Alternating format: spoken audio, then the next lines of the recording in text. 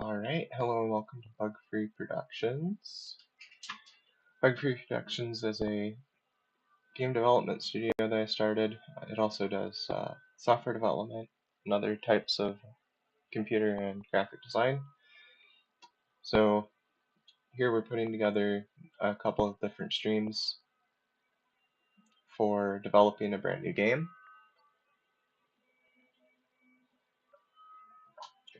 This new game will be a racing type game, and any time someone can't quite follow along, these will still be posted straight to YouTube after the stream is over.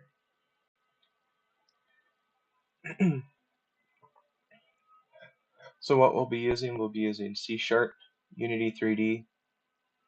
We'll cover a little bit of programming practices, some of what the industry standard is, and then a bit of what I do for my development practices specifically. Then we have game design. We'll cover the concept, the art, and the collaboration. Most of the stuff I cover will be in 2D type art and concept. And for collaboration, there will likely not be streams of that sort of thing. That will be something that will be done in videos covering such things like GitHub, Git installation, and you might think that this is just for the programmers, right? Source sharing and all of that sort of thing, but it's actually just as important for a lot of design people to have access to it because they still need to be able to put their artwork in and submit it that way rather than putting it through a drive of some sort or some other method of sharing their artwork. It works best, at least in small teams, if the person can just edit it directly. So with that, let's check out a little bit of the game doc. Okay. So here's just a quick couple words, kind of an outline, what I like to jot down before I start development work on anything. Usually I like to share all this with the team, just kind of figure out what our main idea is, what our direction is, and what we specifically want to get out of this game development or test type environment that we're making.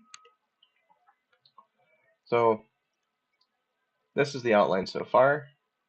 Like I said, this will be a racer. This will be everything in these tutorials we use free assets, so there's no need to worry about, do I have the correct assets for this kind of project?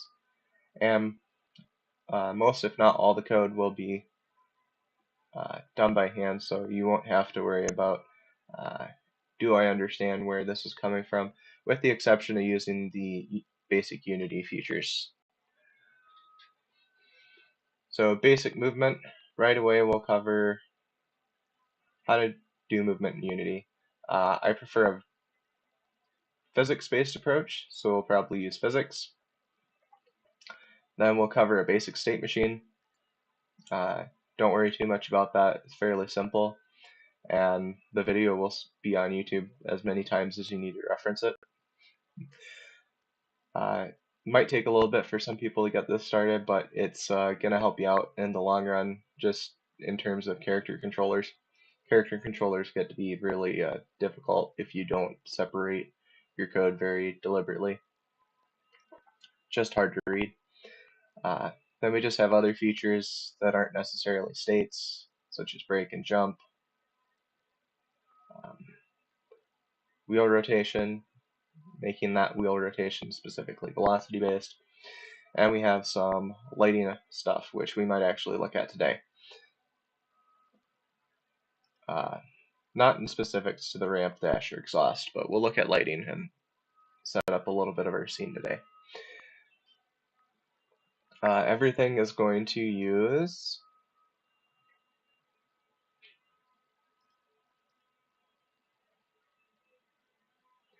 our Unity 2022.3.3 AF1. I'm using the latest LTFS version at current point. I'm using the old Unity Hub, but you're welcome to use the new Unity Hub. The reason I'm using the old version, the 3.5.1, I'm using the old Unity Hub because it's necessary for one of my projects. I didn't want to take a risk of breaking the project to reconnect a Java connection, but for everything in the tutorial, we'll just be using this this specific version, 2022.3.8, and I'm going to be using Visual Studio 2022, so I can show you what that looks like real quick.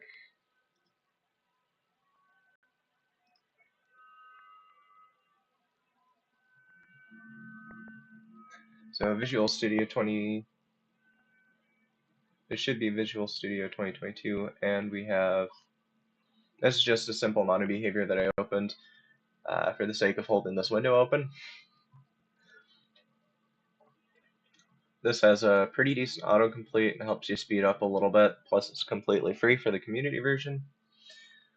I really recommend using either Visual Studio proper or Visual Studio Code, and we can look at where that would be set up as we go through the different setup functions today.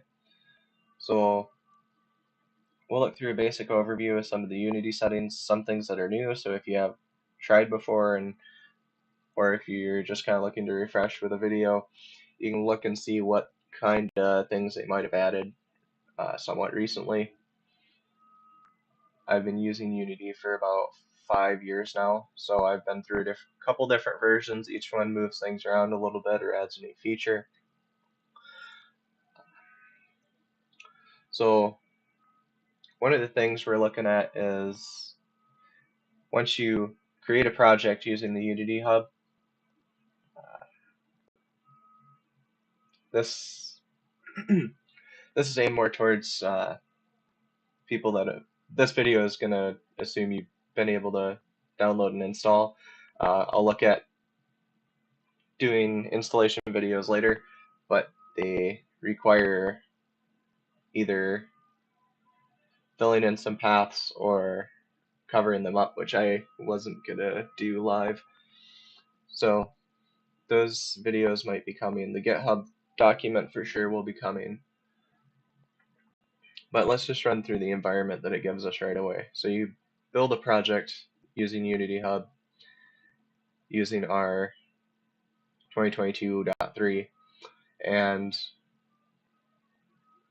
we got a sample scene by default. So we look at our main camera, we have a main camera tag, we have a layer that is default. So tag and layer will help you organize your code and also sort through. It won't organize your code, it'll help you organize your layers and tags, so it helps organize objects and detection. We'll go over tags and layers. Layers I don't use a whole lot. I've heard tags I don't use a whole lot. I've heard people complain a lot about tags not being found correctly, and learning that sort of thing is it's not something I've used except for a few case tests for mobile app development. So we'll look at a couple other things. We'll look at, you have your skybox. This is very important. If you have a skybox, that's everything that'll be rendered that isn't technically an object. So if you think of it like the sky or like a skybox or a background setting scene where it's like the void of a certain pattern, like if you see old games, they won't always have artwork all the way up. Sometimes it's just artwork that's set back and it kind of moves with the character to create the scene of moving. That might be a skybox.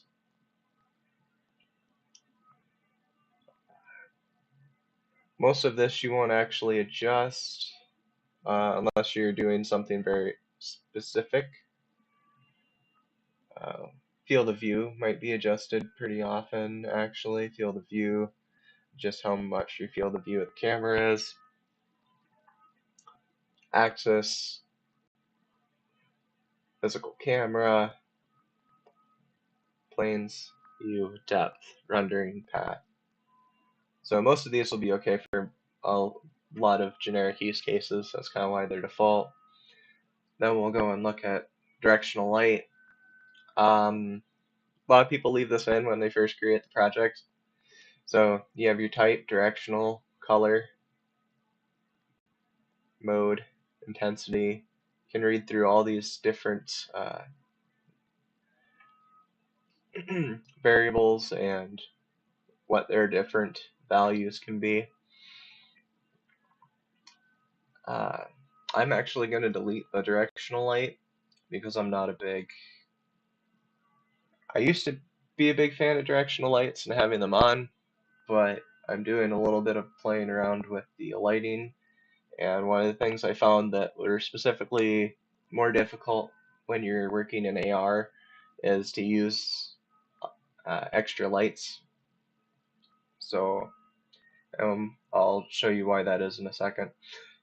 So let's go ahead and we can just highlight that, delete that,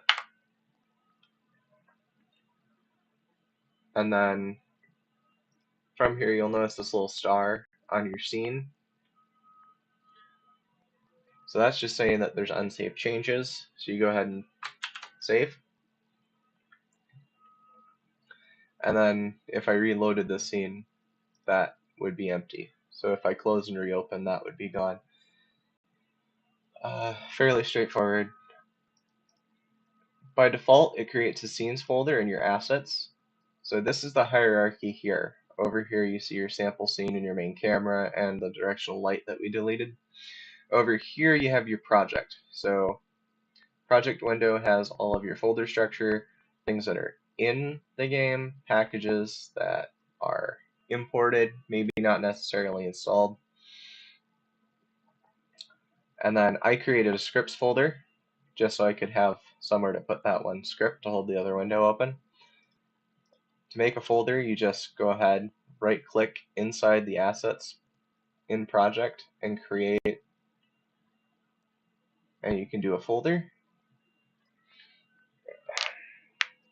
I like to have a folder that is scripts. I'd probably do one for materials.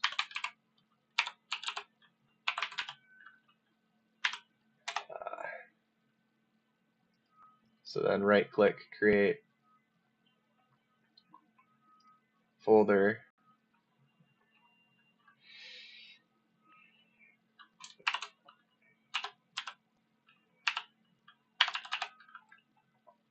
Textures. And actually thinking about that one, I might want to, for instance, throw that into something under like materials, keep all of my materials for graphic resources and physics type objects. So let's throw the tech, you can just click and drag that right in here. A lot of this stuff you can also do through the file manager. Specifically, I'm using a Windows PC when I do a lot of these things, so your commands might be different, or I might say a different shortcut, but for the most part, all the Unity stuff will be exactly the same, and all the C# code should be the same. Because Unity actually takes care of all of our compiling for different platforms. So this inspector here, we can see the properties of an object we select. We can also sometimes see the properties of a script we select. So any object that is also in here or asset that is in the project window. Over here we have the console where you'll get your printed lines when you debug from Unity in your code. And over here we have lighting. So mine has changed again because of the AR I was working on. This version of Unity has been changed, at least on my computer, to have this. If you don't have that, you can go to Window, and you can go to Rendering, Lighting, or Control 9.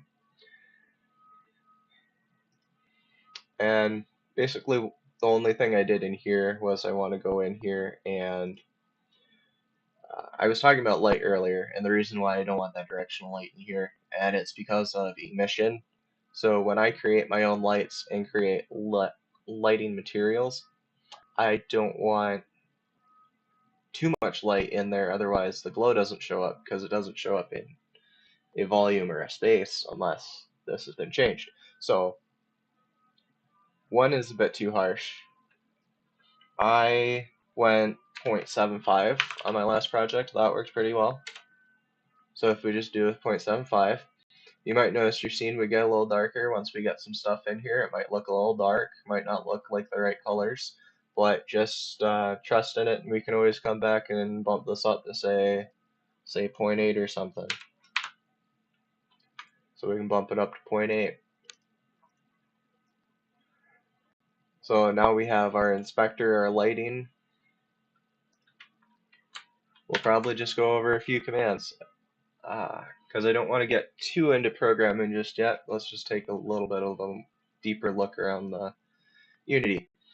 So we have over in this hierarchy, everything in this hierarchy will be rendered or displayed in a scene view. So by default, scene and game are probably open side by side for you guys. Okay, so if you right click in hierarchy, we can create empty, which is an object with nothing on it. So every game object has a transform by default. That's just how we edit and move game objects. There's also the scale. A new thing that they added somewhat recently. It wasn't in, because I believe it wasn't in the 2020 version, but it definitely wasn't in 2019, is this lock scales. So disable constrained proportions. And it's kind of surprising that that wasn't a feature earlier, because considering how ubiquitous that is for a lot of design tools and just how convenient it is when I'm trying to scale game objects. Like I don't want to alter, I don't want to have to copy paste for all three fields. I don't want to do this and mess it up with the entry on say like a motorbike or even worse, a human avatar character. So that constrained proportion is pretty nice. And here you see they had component features, so we can go through here, and if there's anything we wanted to add to this empty game object, we can add it here. I'm not going to do that with this one. I'm actually going to go and delete this game object. One of my favorite ones right here is a plane. So we right click again, and we go to 3D object, we go plane.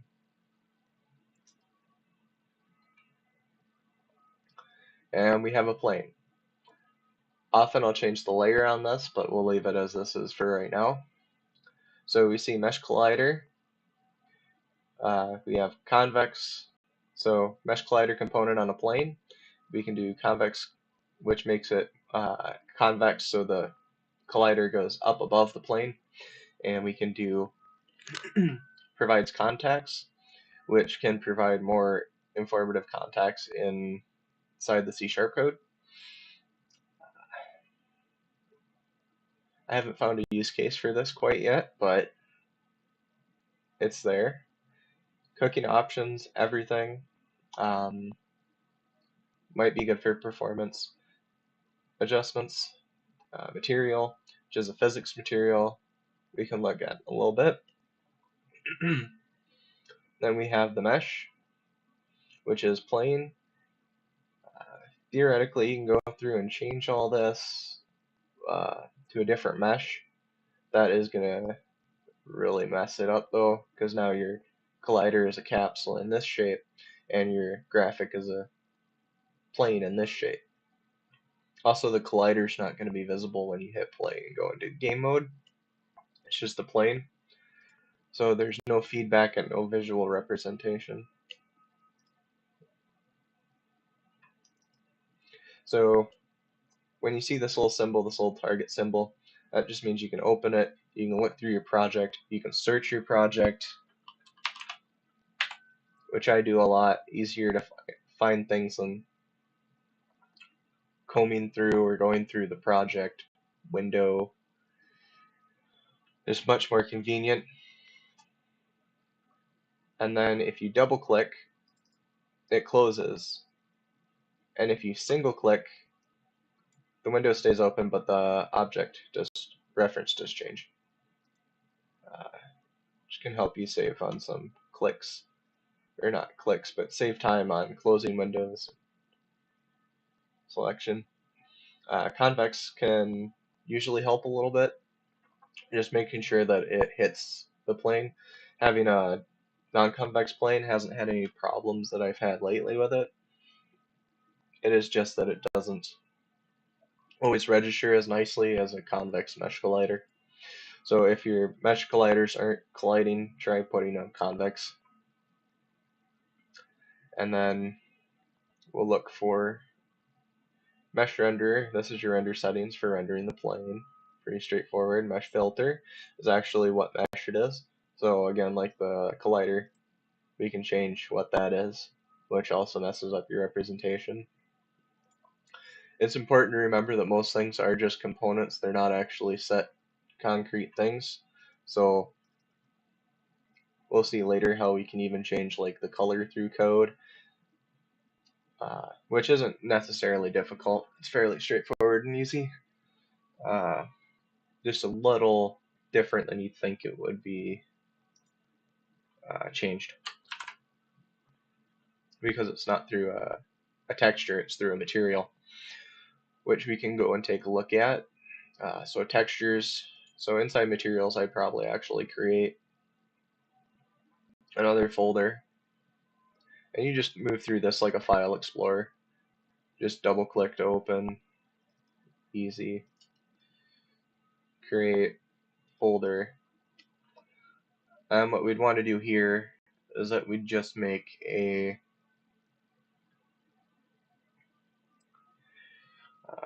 I would actually want to make this maybe call it render materials.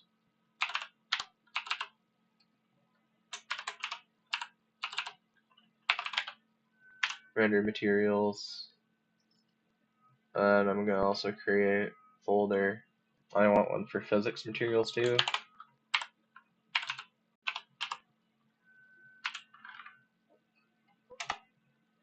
The reason I want my physics, render, and textures all in materials,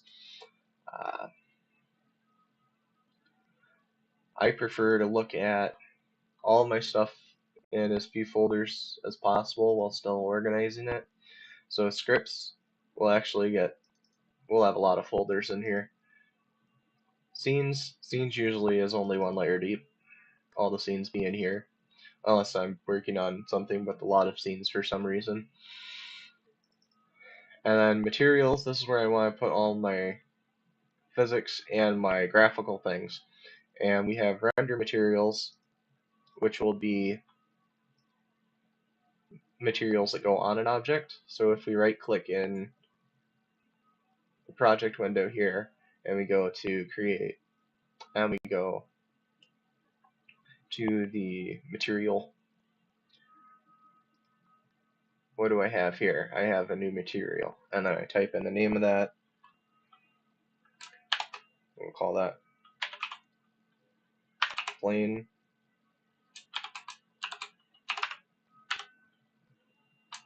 Rend_mat.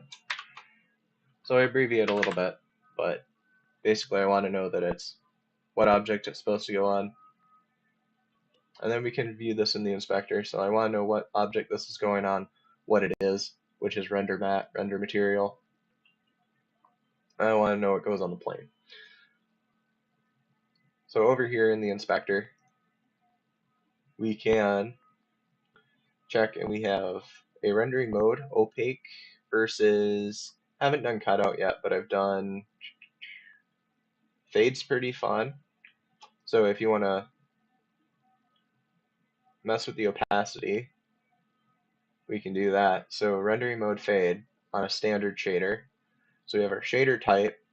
You do this drop down, you can see what you have installed maybe. There we go. No. You can see FX, GUI, mobile.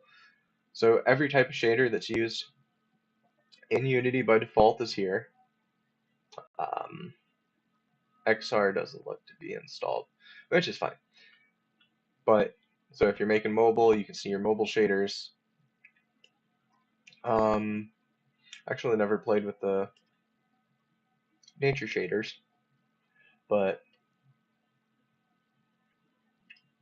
you can reuse all these materials. So if you wanted to create like a custom skybox of a certain color, you could likely do that with the shaders. If you wanted to use certain things that you find in other objects, you could certainly do that. So then let's go ahead and look at the color.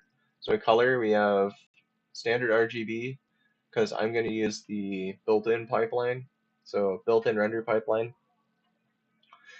and that's specifically so that I can use some special coloring effects later that are on an extension for that.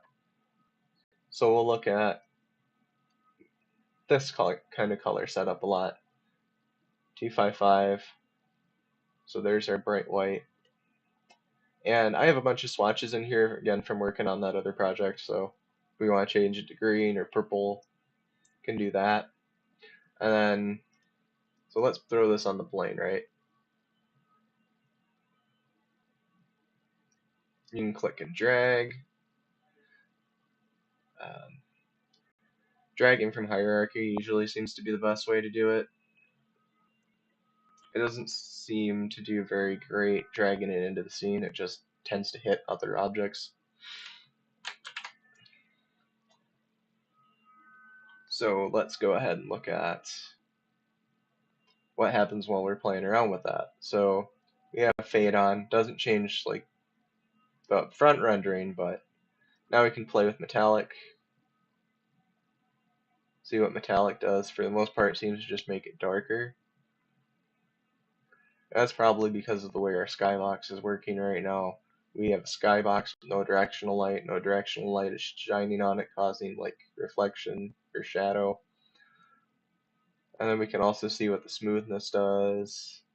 Should smooth out our color. That gets really sharp.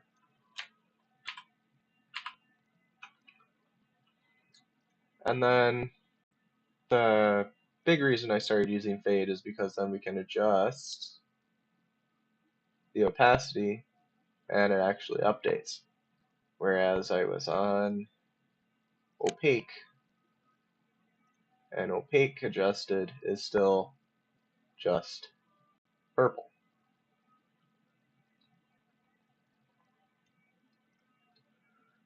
We can add some other cool effects later, but for now let's look at this as the basic material.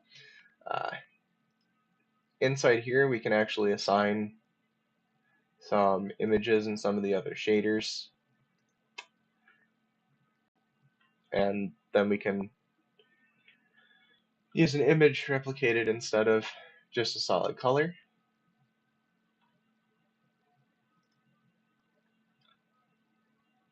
So in materials, we could create another one, which would be Create material.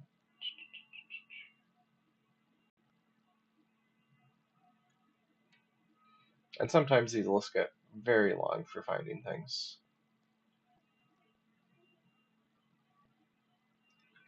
And if you already have something, maybe the best thing to do is just duplicate it. So if you click on something, select it, Control D,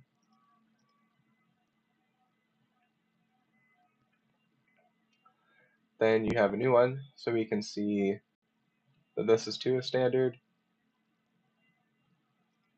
Let's do a standard specular. No. That wasn't quite the one I was looking for. At any rate, we can change this purple. Let's just use a different one I have saved. Let's go baby blue.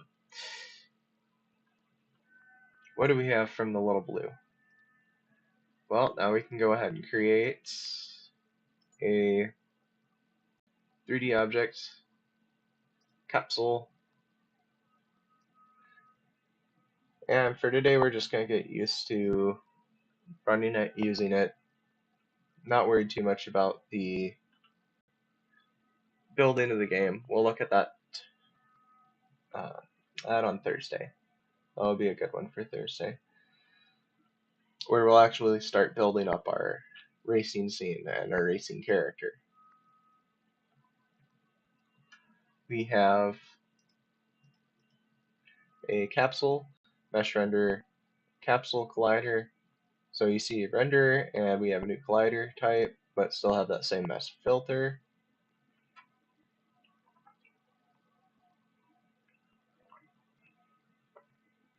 You can edit the collider. When I have default, I don't usually edit it, but editing colliders will be important when we go and make more complex objects and complex hitboxes. Then we have isTrigger, so this changes if it's a type trigger or a type collider. Trigger can be moved through, a collider is run into and stops. Provide contacts again. Then we have that physics material, the center, the radius, the height, and the direction. So if I change to x-axis, it changes the axis that the collider runs on. Height and radius are pretty straightforward. Center, that's where the collider center is in reference to the capsule's center. So we go 1 tab 1 tab 1. Now it's up. The center of that collider is moved up. 3-0.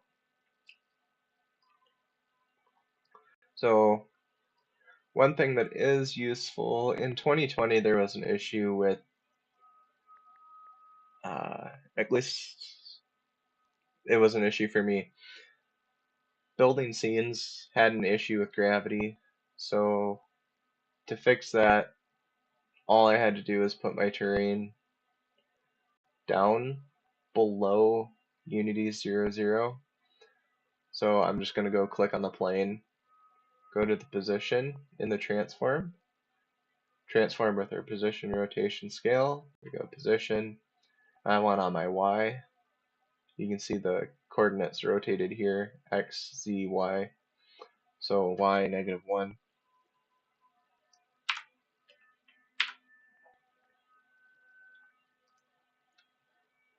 That moves it down just 1 unit. Save up, just keep track. Then we'll just go here and we'll actually add our first component.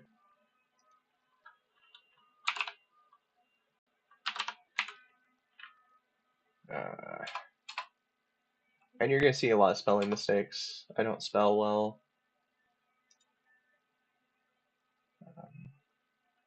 Hazard of the job, typing fast, it gets bad. I'm not even that fast of a typer. So we have the mass, drag, angular drag, bunch of physics terms. Then we get down to is kinematic, interpolate, collision detection. These are the ones I'm usually altering. We have is kinematic, so that just means it can't move unless scripted for the most part.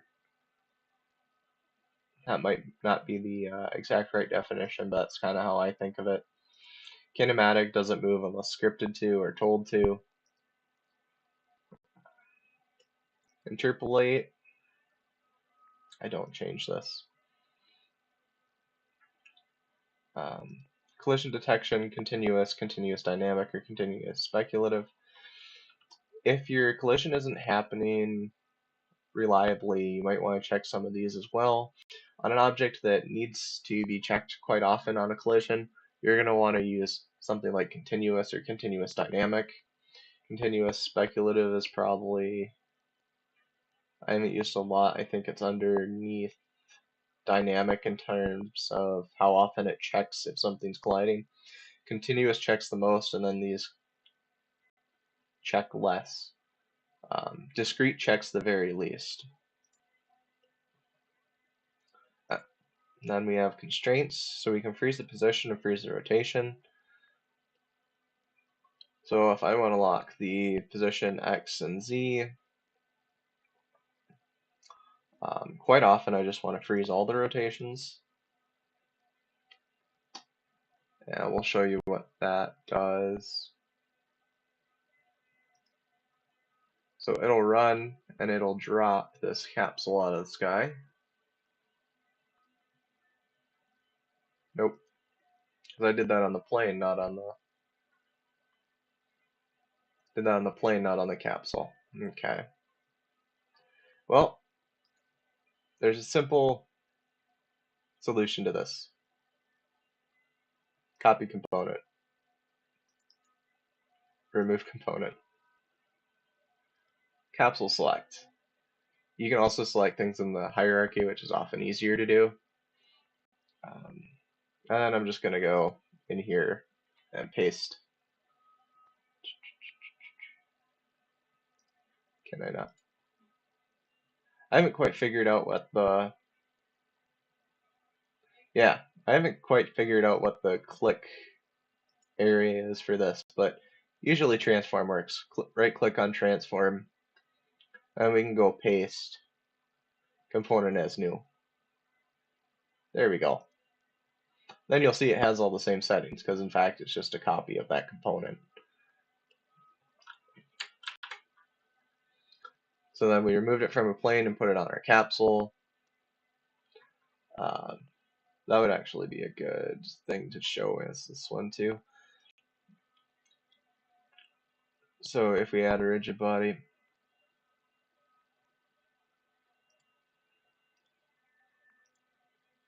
add component rigid body, go through and mark that kinematic and you'll see the difference. So the plane won't move, but the capsule will fall.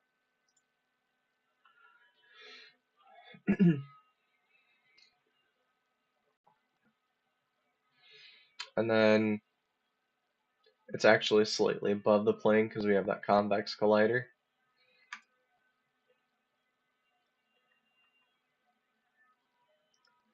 So that if we go into assets,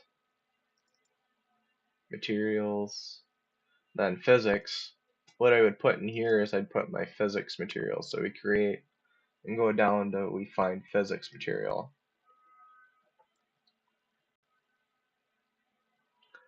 So we go new physics,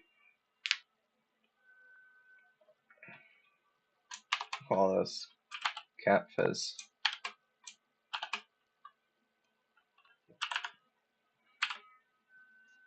Call this cat physics.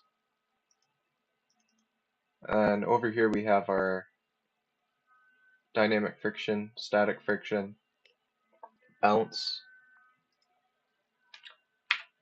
This will look very bad. Bounciness shouldn't go up above 1, I don't think. It won't reset till we actually play it, though I don't, yeah. Friction combine, average. Let's just use maximum. Bounce combine, maximum. So maybe we actually want to go minimum on this one. This is a good one if you want designers to just be able to edit some physics, some basic physics functionality without making it really difficult, because then they can just come in here and edit, oh, all capsules use this physics object. So if we go to here, leave our physics, cap physics, that material that we looked at earlier, we have a physics material, and we can throw that right up there. So we have cap physics, which will make it set its bounciness to 1. See? Reset to 1.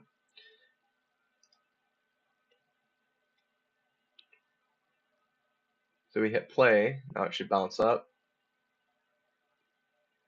Basic bounciness, this is what a lot of people suggest you start with, is just doing like the bouncy ball game.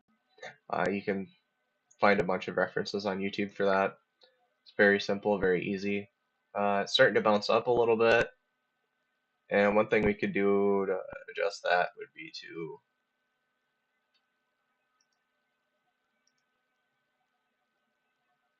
maybe we need more friction on it. Maybe friction isn't quite our problem. Maybe we should go to our capsule and we can increase our drag and our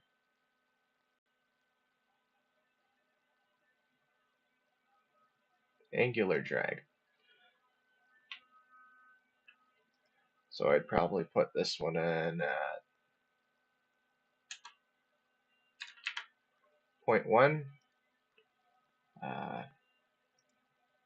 Most of my stuff is logic based, it's not math based, so a lot of this physics stuff ends up being me trying to play around with it until it cooperates correctly.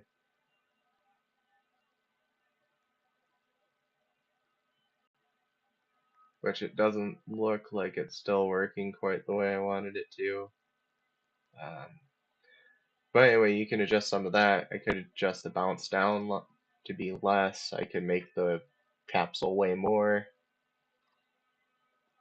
Just kind of playing around with that thing. You might think that, hey, this physics, it's like, okay, it's good for like a bouncing ball or like some of that little stuff, but how much does this come into if I'm making, say, like in a shooter or a fighting game or something? Well, actually, body bounce would be one thing that would be really useful for. So you turn the material on or off.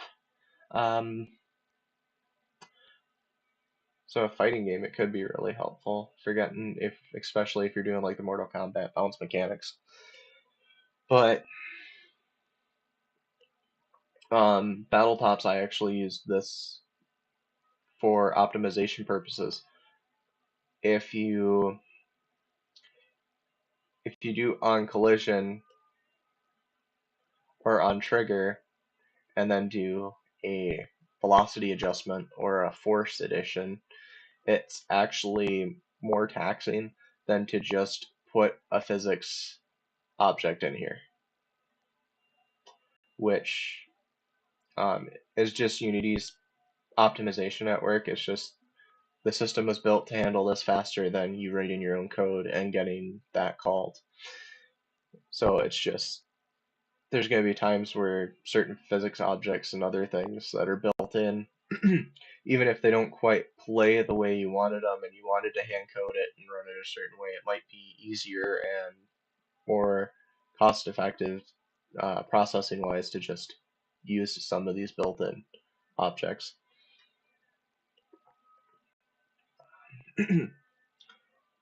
So that's the rigid body component, the capsule collider. So we've covered the colliders, the mesh renderer, kinematic settings.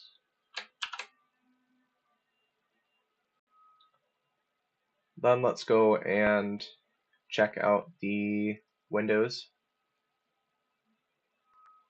So edit, most of this stuff is pretty familiar. It's pretty similar to Microsoft Word. We got select, except for things like select children, select prefab root, some of this. Then there's copy, paste, duplicate.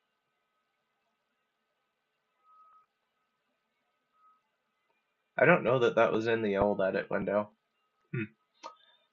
But now you can do it through through that. That's cool. And we have find, search, these three. Step. Step isn't one I've used. Play and pause are, I think, are the same ones that are up here. We'll test that quick. Control P.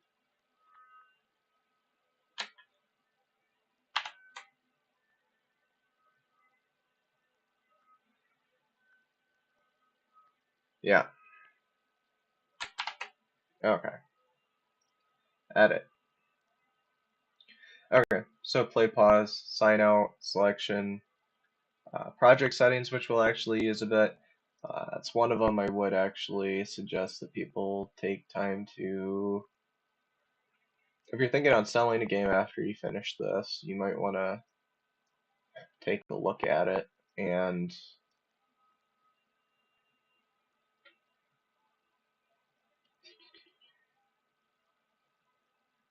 physics, timeline, control, visual. So there's project settings. Maybe we don't need to use project settings just yet.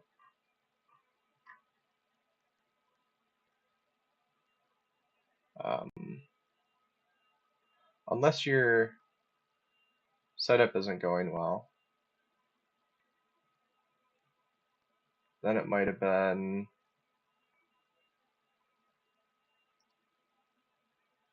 No, it is here. Project settings, default company. So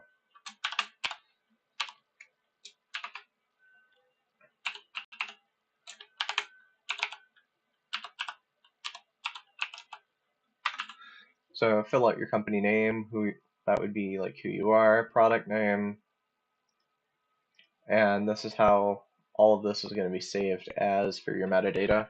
Metadata is anything that you enter in the inspector here that's saved, as well as any of your persistent data. So when if we get into saving data eventually, I'm likely going to do it as a JSON object, which will be just saving it directly into the Unity's path, and we're just going to tell Unity exactly what we're saving, and then it'll save it for us. We're not going to have to write an object, and we're not going to have to read the object as much as we would if we saved it as text or something like that.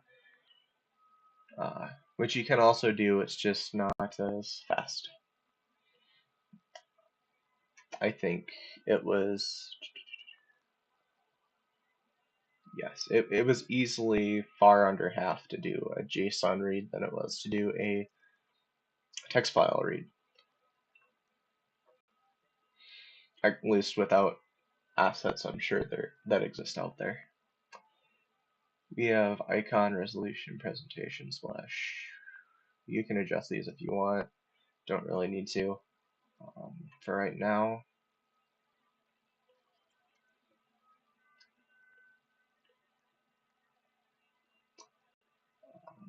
okay, so there's that. Edit, search, file, build settings. Control B is a useful one to remember if you ever end up doing non-PC builds or non-web builds, cancel.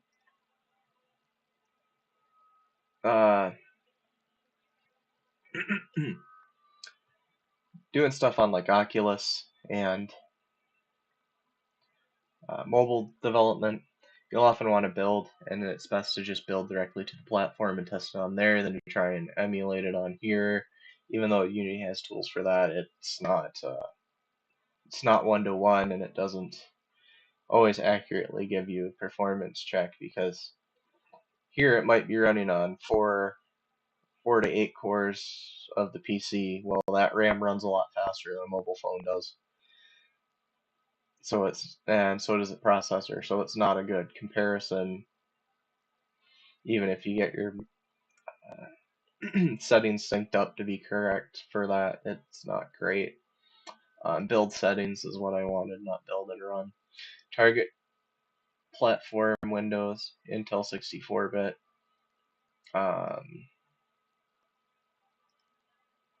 64 and 32 is all we got. Okay. But here's a couple different things you can do. Development build. That's not meant for, is it? That's more of a thing I use when I'm on mobile development. I don't usually use that when I'm just making a Windows game. Windows games are pretty straightforward in terms of like how they build. It's not. I'm sure there's use cases where you want this on, but I have not personally had one yet.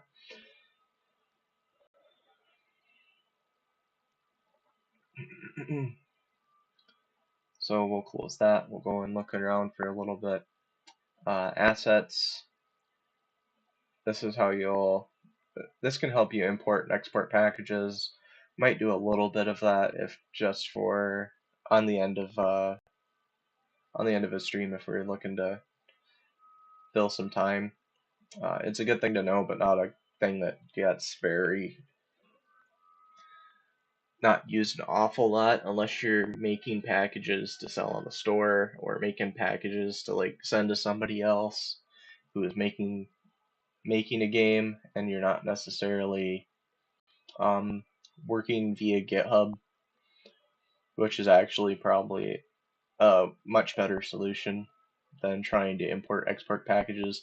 While it is possible to do it that way, it's just more reliable to have it so somebody can upload it to the GitHub and just push it to your account or your project. You can find references in project, find references in scene. This one's pretty useful. If I have something in here that's a prefab, I want to just find the references inside, or no, that would be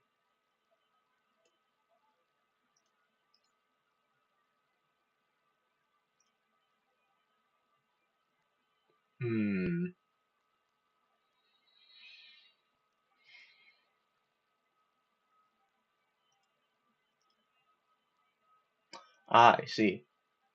Okay. So select an object, see all the references throughout the calculator. Don't particularly know that one. All, and then you have hierarchy. Okay, so that's fun.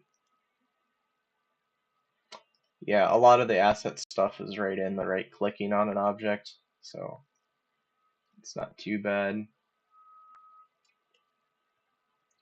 Game object.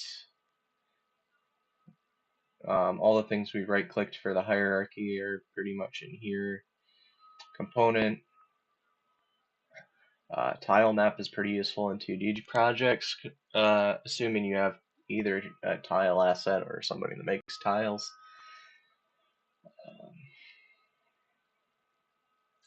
Other cases, if you don't have people that are very used to making tile map type stuff, it might be easier to just hand do some assets and save them that way and put them in the scene. Got video, audio, a bunch of other things. These are mostly things that retain to something that would play this type of thing. A layout is looks to be with canvases, services, general settings, windows, any window you want to open. One very useful one we might use at some point animation. May or may not use it for this project, but animation's a good one to have docked. And you can just kind of drag these guys around, just like a web browser now. It's just kind of snaps. If I want to snap it in here, snap it here. I usually prefer to keep it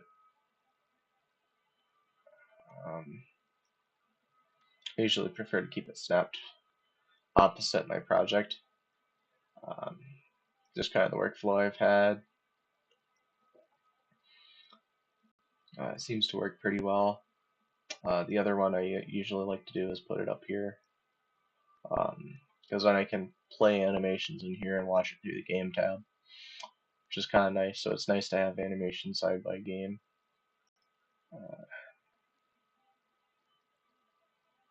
Find your previous window, asset store, all that stuff. I wish they'd take this one out. You never want to click that one. It just doesn't do anything anymore, and they haven't taken it out. It just tells you to do that online, which I will pull up the asset I'm using for next. I'll start using in the next stream, just so people can look at it. It's a free asset. It's just some cute little robots. They got some wheels and some mufflers, exhaust. Looks like a neat little one to play around with for free. Hopefully the wheels aren't attached. You'll see why I say that later. So I'll go ahead and find that.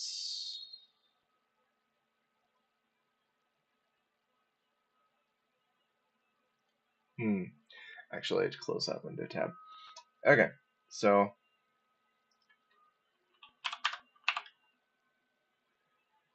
you can probably go. I can probably find it in window. So another useful window is the window package manager, which opened on the other screen. I wonder how this looks on. Oh, that looks fine. What? I see. There we go. It's split across multiple windows. I have a lot of windows open just so I can see everything and keep an eye on the stream, which it'll be interesting to see how this recording turns out because the bitrate is pretty low. But we'll see how it goes. If not, this series might turn into a bunch of videos rather than streams. It'd be long form videos, pretty much just like this, but a video. Possibly an hour long. So we have a couple different assets here. I'm going to go into my assets. Wait for it to refresh, which might take a while, especially with Google running. 2D platform writer. So winter, platform winter. I don't read very well either. Don't read or write very well. Yeah. Let's go ahead and put that onto the what's robots.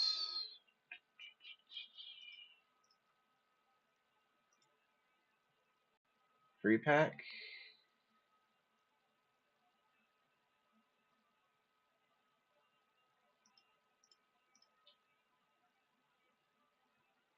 And then you can see here we have overview. Okay, it's not that. Not robot, soldier, sphere, drones. And you're welcome to use all your own assets. I'm going to be demonstrating using this one. So, by Nasty Rodent Studio, we have the free asset.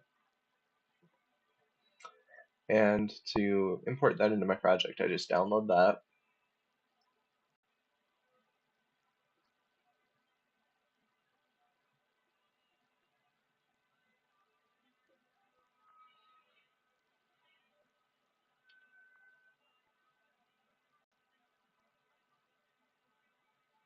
and then import that. It's not capturing that quite right.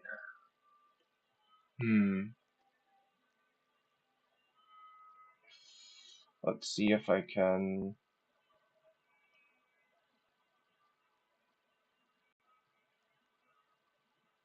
Let's see if I can do something with that. So let's go primary.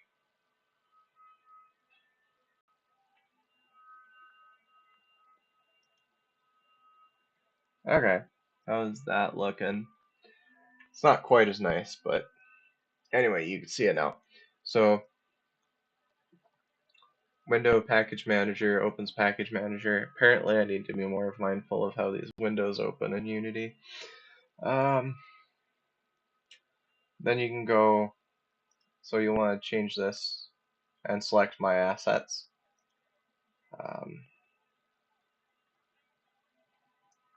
Then you import and re-download. So I downloaded. You download, then you import, then you import.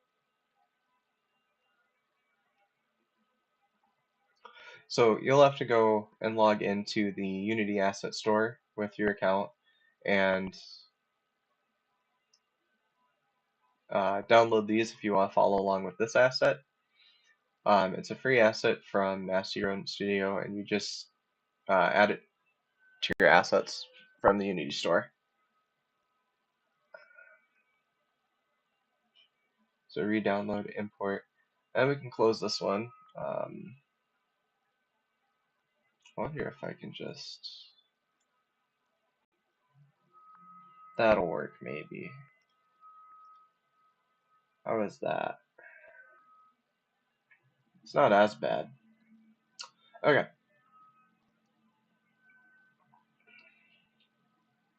Yeah, that's what I'll do from now on. I'll just dock all my windows.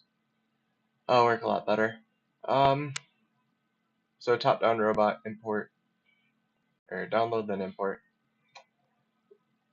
You can view the publisher asset, website, and some publisher support. Shouldn't need too much with that. We can take a quick look at it.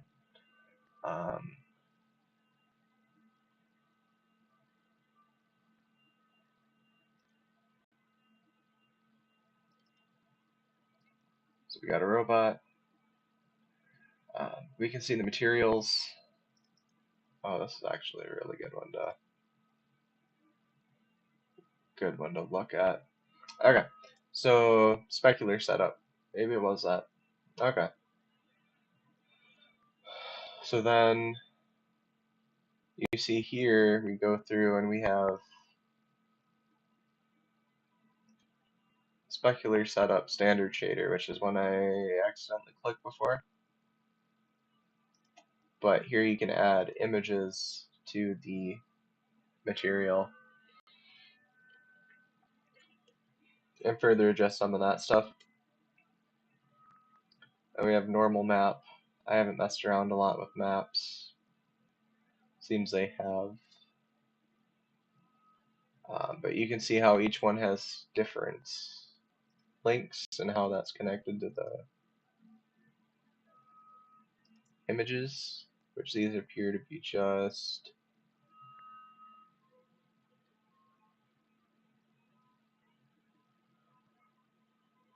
I wish it showed me if this was a JPEG or a PNG. Unity takes in two types. Most prominently, I think it might do GIFs, but definitely JPEG and PNG, so any two-dimensional image you want to put into here, you'll probably want to pull it in via one of those. I find PNGs work best for scaling, scaling-wise, and just display overall. Better color a little bit. It might just be the way I set things up that the settings I use look better with PNGs than JPEGs for some reason. It's completely up to preference and probably up to your style a little bit too, what kind of effect you guys are going for. For the most part, this looks pretty good. Default texture type, texture shape 2D, and it's just, and then here we have the model. So if we threw this in, would that work? What's the prefab look like?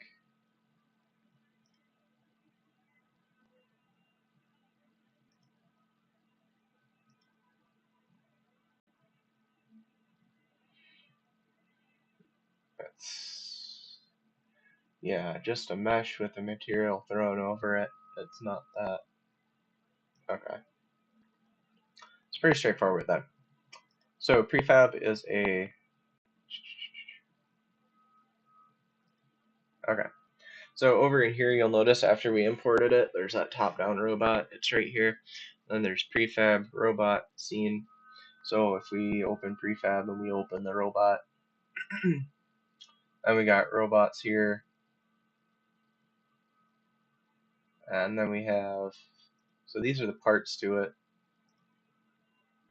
I want to open the scene view because I'm on the game screen. Go over to the scene view, we have one of those. And basically if we have, so we edit this, and this will edit any instance of this. So instance basically being an object. So we drag one of these on,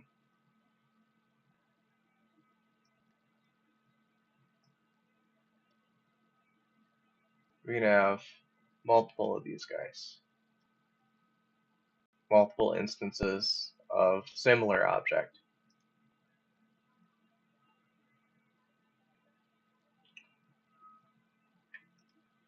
And there we go.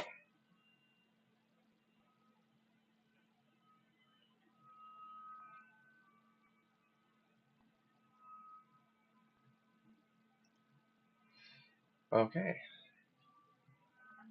7, 8. So we're looking at prefabs. Then we have all of these guys. And if I just want to go back to scene. So one more thing we can do is we can delete these guys back out and leave one of them in. If you double click on an object, it zooms to it and zooms from it. Sometimes not very dramatically. Then we want to just go ahead and if we right click it, we can, under prefab, there's open asset, select asset, replace. I'm just going to unpack completely. Unpack completely means even if there were prefabs underneath, it would unpack those as well. So we got prefab, then we want to go top-down root. So if we go to our top-down robot, then we go to these. Remember how we changed the material on the scene and it changed the whole thing? Well, let's check out our inspector. Top level object is an empty game object. Yeah, that's what we like to see.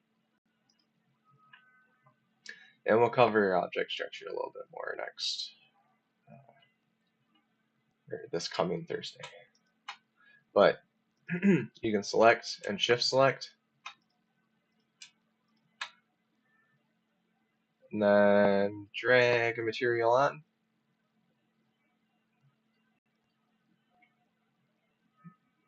Doesn't look like, well, I guess it doesn't change it for all of them anymore. But you can just keep dragging, just keep dragging.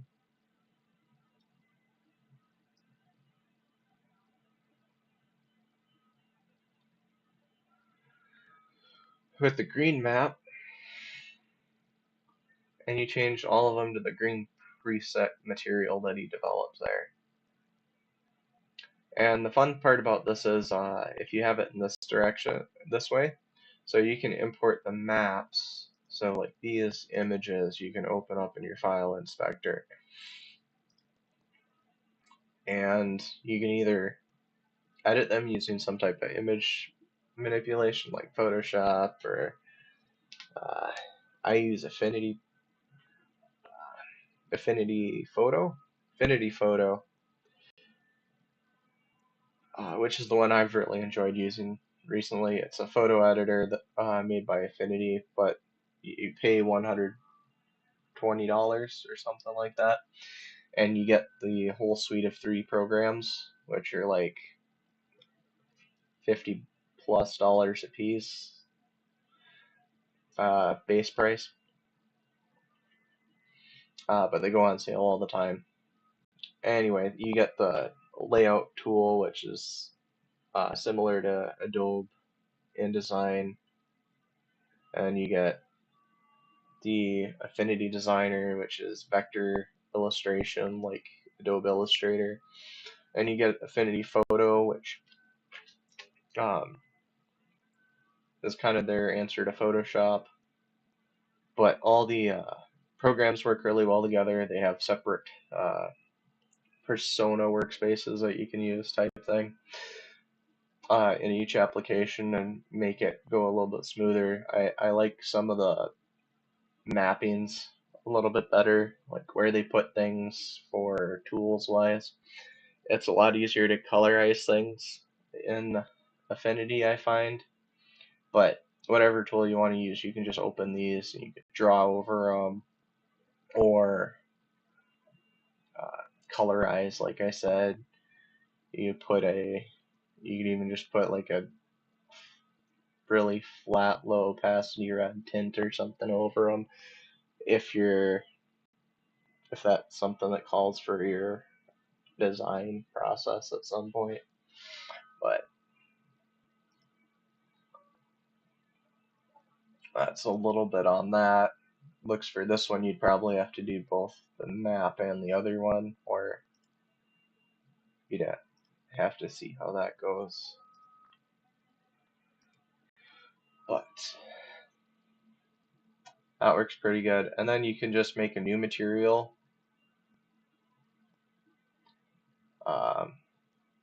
I just kind of follow what they did here. So you go like Control D. What would I call this? Right click, selected rename. Call this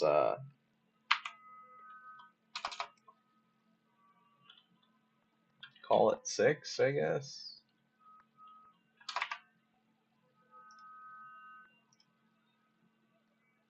And we could take the albedo layer.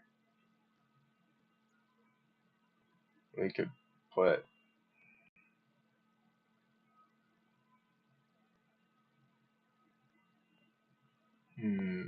blue underneath it.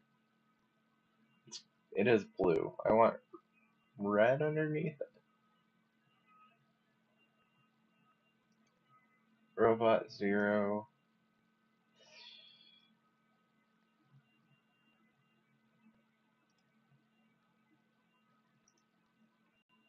It's a little hard to read through how this works sometimes. So the albedo comes first, and then their specular. So their specular is the dark. Okay. And then it would be... I click around a lot when I'm trying to look for something, so it's going to be... So we could put like the green in it. Let's go ahead and throw this on the... So you can see the change a little bit.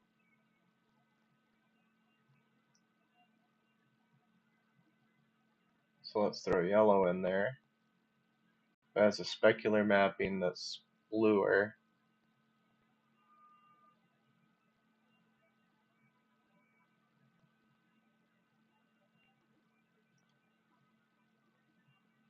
So that should probably be that one then if we're following that logic.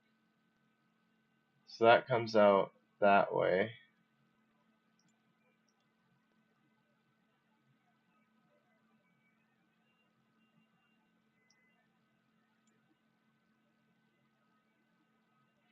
Anyway, you see how you can throw together a bunch of different types of images through here and change up some of that stuff. color, which isn't all that great for a couple reasons. It mostly just tints everything, which can be helpful when you're doing damaging effects and maybe boost effects, health recover, stuff like that when you're doing special effects, but it isn't really useful when you're doing color adjustments or anything, which means you're probably taking it out into something else to do color adjustment type things, into something like Affinity or Photoshop, something like that.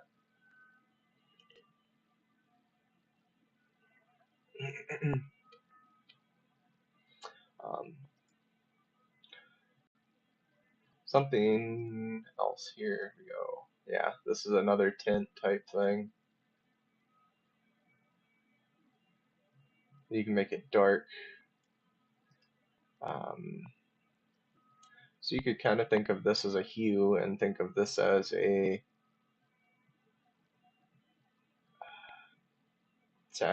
not saturation. HSV, hue, value, yeah.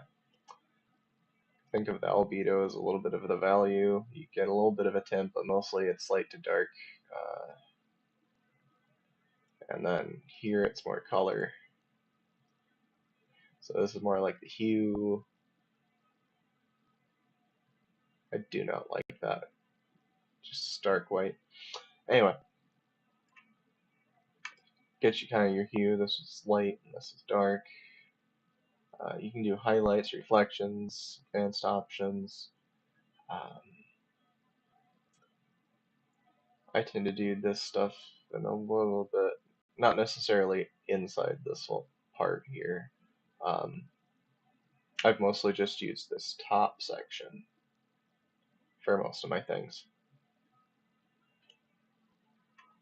There's an able instancing, which sometimes might be useful to, again, adjust your performance.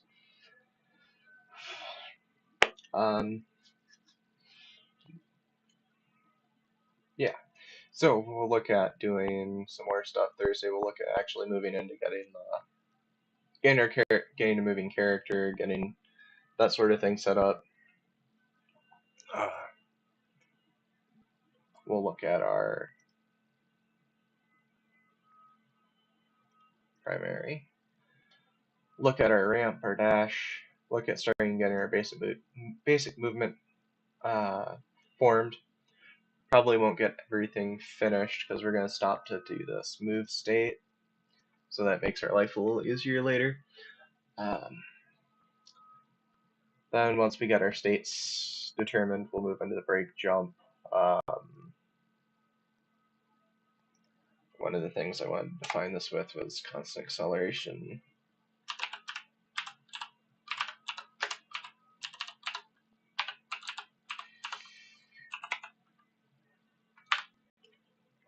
Yeah, constant acceleration.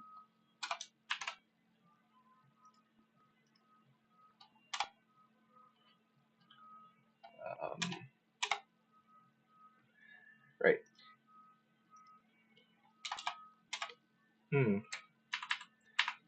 Well, I guess that's what you get when you open something with LibreOffice that was made in Google.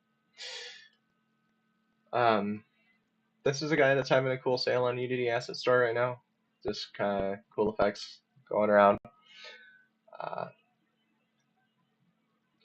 Asset sales are a good way to get a lot of assets quickly if you are just looking for some colorful stuff that wants to that would work good for a game, or something that's really versatile. Like I pick up a lot of shaders recently.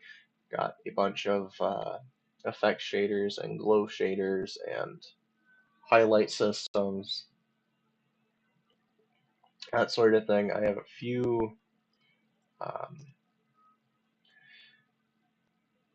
assets that are more geared towards environmental setup. It's usually a good idea to get your main character. Usually have some, if you can get somebody to build it, to build your main character rather than using an asset. But not everybody can either afford or has the ability to make it. So, but these assets make a great supplement to that. A lot of great work out there by different people on the Unity Asset Store. Yep. So we'll look forward to that next week, and then we'll look forward to getting the other things set up. Hopefully get those videos out. Probably be 2 weeks or so, just for editing and scheduling reasons. But the next stream will be 6 o'clock Thursday, provided this video turned out.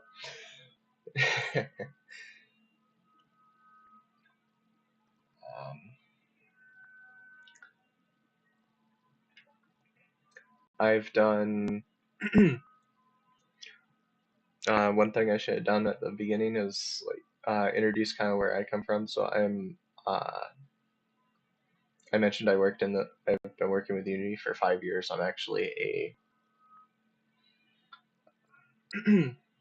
actually worked on a couple of VR projects now.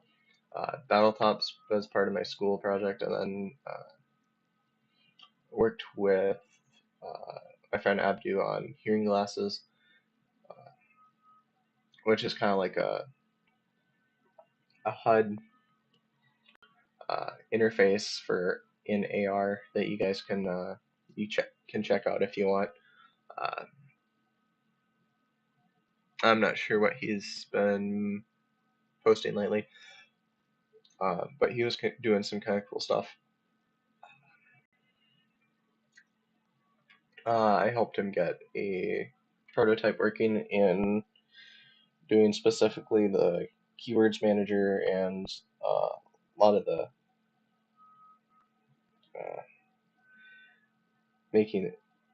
helping get the GitHub working with Unity, getting the GitHub set up, a lot of that sort of stuff. What was the other thing? And just making sure the overall skeleton was there for him to plug things into later.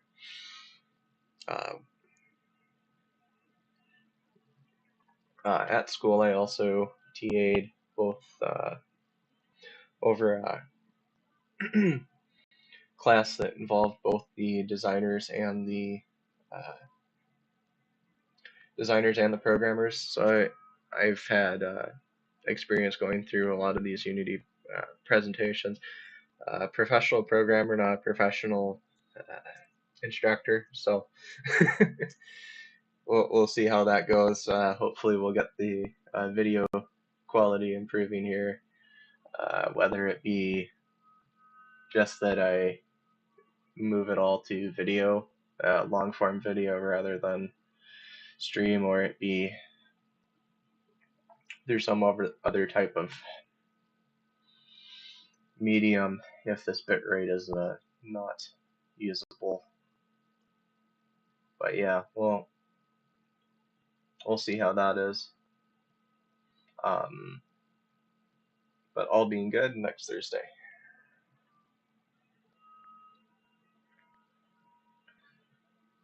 So until then, if anyone wants to follow along during these things, just go ahead and either recap on the first video or on the latest videos, or and just get those things installed. We'll probably, as I mentioned, everything will be free to install, and I'll let you guys know when to install as much as possible. This I decided on streaming essentially so that people could ask questions when they show up, and we get a few more, bit more varied questions rather than just after the fact. So we miss a little less as we go through it. But